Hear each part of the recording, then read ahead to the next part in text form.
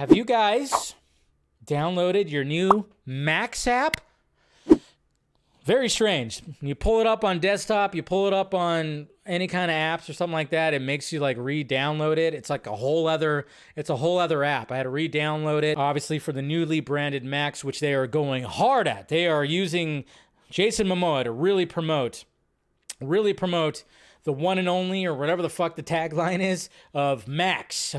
And a lot of people are like, why would they do that? HBO is a brand. HBO is a brand. Why would they drop the HBO? Why didn't they go with Warner? And I'm totally in that.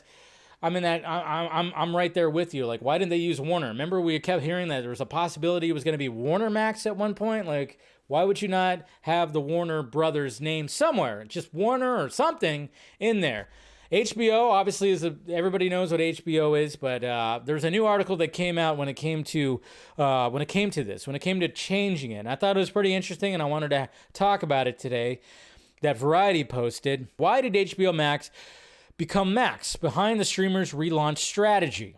So actually talking about that, so here's the bullet points that it gives. It gives 2 bullet points. To signal a broader programming mix, HBO Max was positioned as a successor to HBO, but from the beginning included more than just what was on HBO proper. With Max, WBD was stuffed in a slew of non-fiction programming from the legacy Discovery Communications side of the house. Max features 35,000 plus hours of content, more than doubling the lineup over HBO Max. The company's goal is to let every member,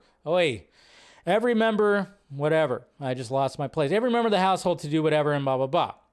So they're talking about because it's more than HBO. That's essentially what that first part is. And then it says the second bullet point goes to make the flagship streamer look more family friendly. Warner Brothers Discovery executives ultimately felt that the HBO name was somehow restricting HBO Max's uptake among households with children. We all love HBO, and it's a brand that has been built over 5 decades to stand for edgy, groundbreaking entertainment for adults. WBD head of streaming, JB Perrette, said at the Max launch event in April. But it's not exactly where parents would most eagerly drop off their kids. Not surprisingly, the kids' content category, it's not met with true potential on HBO Max. So that's another thing, too. And I thought, okay, that makes sense. That second part makes sense. I mean, both parts make sense because it's not just HBO content.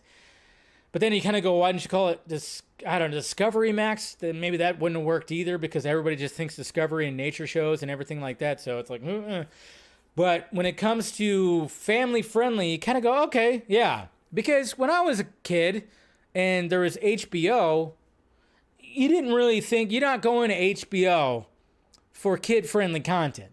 Let's face it. I mean, recently I've been rewatching on Max now Spawn, the Spawn animated series that came out in the 90s. It is not kid-friendly at all. It's graphic. It's very adult. And a lot of programs on there. Do you guys remember like programs like Real Sex, Sex Bites? I mean, I remember that. And then, of course, past 8 o'clock. Oh, yeah. Past 8 o'clock when when mom wasn't home or, the parents weren't home and you're looking in that TV guide, you're like, oh, there's a movie. I mean, of course, Cinemax was way better when it came to that. But they were kind of like, I don't know. I'm just saying. It does ring true that, yes, HBO kind of doesn't scream family friendly.